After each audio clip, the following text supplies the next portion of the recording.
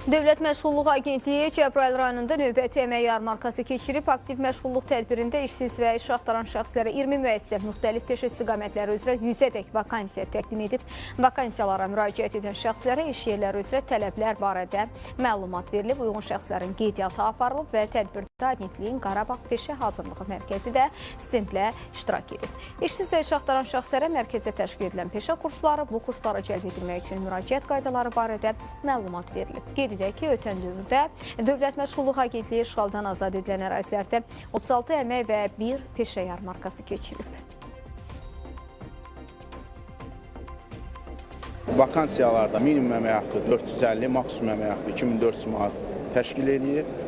Hal-hazırda gördüyünüz kimi vətəndaşlarımız aktiv iştirak edirlər. Əmək yarmarkası ilə bərabər daim işə götürənlərlə dərin masaların təşkili, birgə maliyyələşmə proqramları, özü məşğulluq proqramları, peşə hazırlıq kurslarının təşkili və bu istiqamətdə mütəmadi olaraq biz tədbirlər həyata keçiririk və bu tədbirlər artıq silsilə şəklini alır. Mən inşaat mühəndisiyəm, kollec bitirmişəm.